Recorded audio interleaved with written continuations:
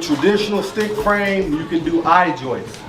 This house has I-joist flooring system, and the truss, as you can see, these are engineered truss.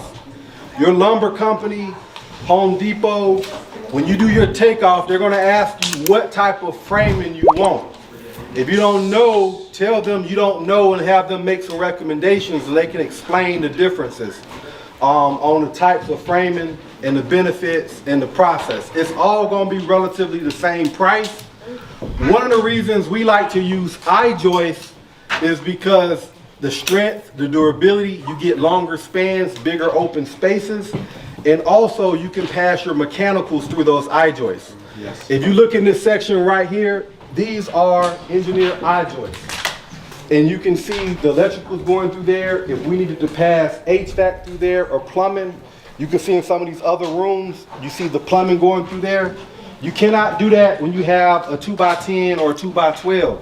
Because what happens when you pass a big pipe through that? It's going to mess up the integrity of the wood and it's not going to support it. So those I-joists are engineered for floor systems.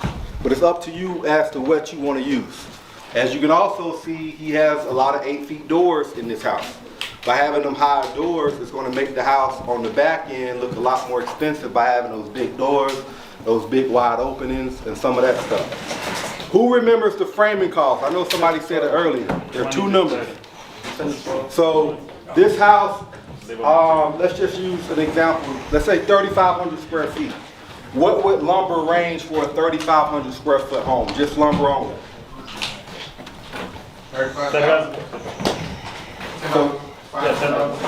No, for lumber only. Remember, lumber is between 16 and 20 a square foot right now. So 3,500 times 20. 7. So roughly 7. And the reason it's a range is because you can have a 3,500 square feet house with 6 rooms or 4 rooms. You know, that gives you a ballpark. Once you get your plans, of course, you're going to send it to that lumber company for your takeoff. Who remembers the labor? 5 to 10.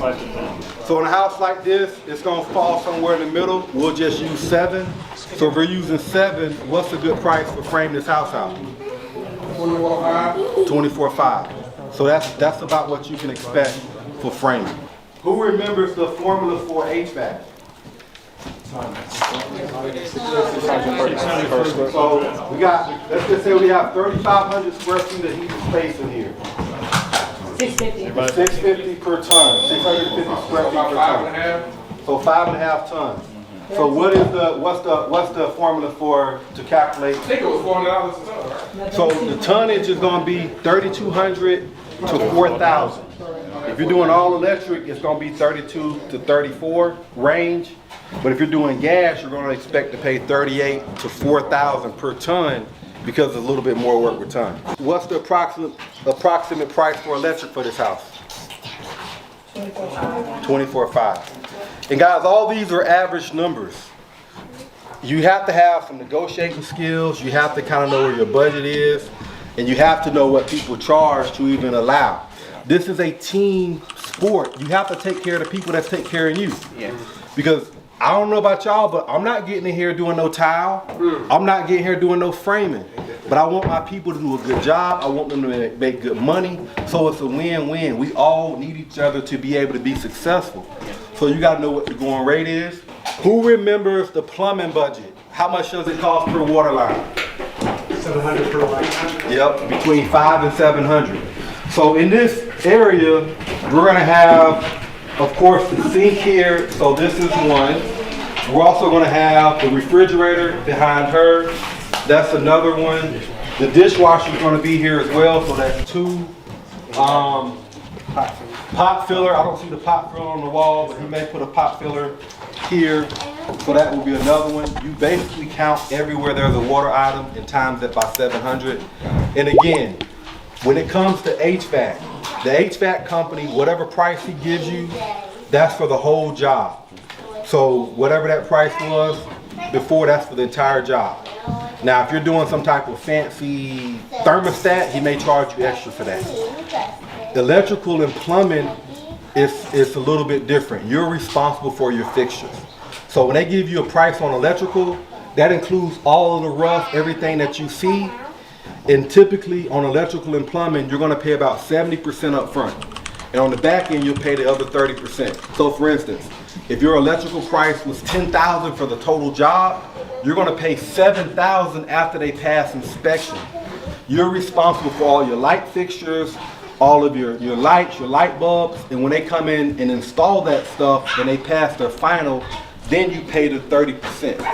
So one good thing that you guys can start doing now is looking at house plans and identifying what type of fixtures you want to put in there to help you with your budget. One of the things that we're doing in our high-end homes, we're doing what we call advanced framing techniques. So with that advanced framing technique, it actually saves us a little bit money. So in this house, all these studs are 16 on center. When you do advanced framing, it's special engineered wood that go into your I-joists and LBL beams, but allows you to do your studs at 24 on center. The reason that's important because when you're at 24 on center, that insulation fits into that space relatively easy. And then also, this is a traditional header. When we do our advanced framing in our high-end homes, we use an advanced framing technique where that header is recessed in and we're able to put insulation inside of that header. And then also with the advanced framing, the way they form the corners are a little bit different, so you can insulate all of your corners. So the house is really well insulated when you use advanced framing, and it's really about the same price. Where do we want to be when we build a house for profitable reasons?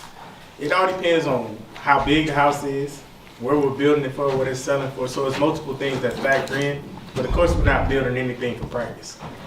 So at least 20%, 20, 30%, more the better. Cushion. Right, because you're only getting financed at 75, maybe 80%. So you already got to have that 20% to get approved anyhow from the lender. So anything over that, we're great with it. And also think about like how fast you could turn that capital. Yeah. Because if I buy something in Atlanta, it gotta be a deal that I gotta make some good money on. Because of risk, people stealing your stuff, time frame for permits, difficult to build. If I'm doing something in Walton, it's a turn and burn, or on the outskirts, I can get through it in 6 months. I'm okay with making less because I can turn that capital twice, in that area. Twice as fast. Twice as fast. So you just got to think about how fast you can turn over that money, and if it's your money, if it's investors' money. So there's some other stuff. But a rule of thumb, every $100,000 that's invested, I want to, at the bare minimum, make 15. They want to know what you paid for the lot, your bill cost, and your expected ARV. All right. Sorry, my project managers are going crazy. All right, greetings all. My name is Gene. I'm a developer here. As you can see, my project manager on site. We do a lot of inspection stuff. So this lot here was bought for $50,000. I saw it was a probate sale. Not a probate sale, but they was going through the probate process. We basically caught it prior to. Okay, go do that. Caught it before we went to that probate session. My budget for construction $475. I projected to sell it at $740 to $750. So if you know anybody, send them my way. We plan on finishing or wrapping up towards the end of August. Basically leveraging is my primary home. Does everybody know what a HELOC is? All right, for those who don't, it's a home equity line of credit against your property that I used to buy this lot, right? But then everything else I leverage either a personal loan, business loan, or a credit card to get into the deal. So basically, I'm leveraging a American Express Platinum card to get into the construction. Once I close on my construction loan, basically rinse and repeat. Swipe, swipe, swipe, call for a draw, pay down the card, swipe, swipe, swipe, call for a draw, pay down the swipe. So right now, it does seem a little more expensive because I'm not leveraging at the cheaper other people's money, meaning I didn't raise it from my cousins, my others, all that, but it allows me to move a little bit faster and at my pace. What do you use all your credit? All my credit. Okay. So I made sure my credit score was probably a 775. Then I applied for as many business credit cards that was 0% interest for 12 to 18 months. And I liquidated them all. I turned them all into cash, and then when it's time to wire for a down payment, closing, construction loan, came straight from that. Those funds I put to the side for the deal.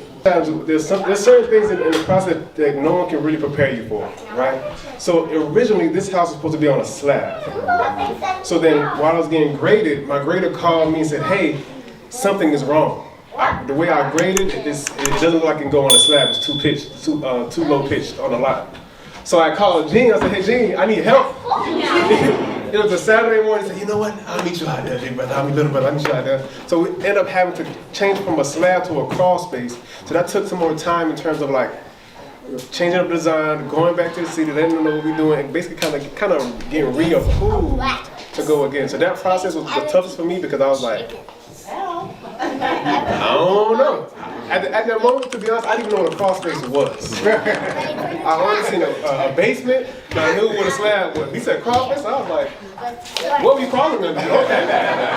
Yeah, that was the toughest part for me, in my opinion. I always say it's good to understand who you're building for and what people want or what people are looking for in this property as it relates to your design. Design is always key.